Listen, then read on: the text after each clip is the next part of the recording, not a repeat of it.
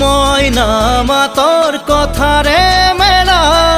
পিন্ধাই মোকে সাৱটি ললা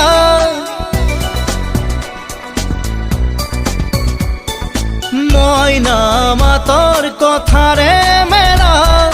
পিন্ধাই মোকে সাৱটি ললা লগৰ জনে চিকুটিলে মিঠা মোৰ সপোন ভাগিলে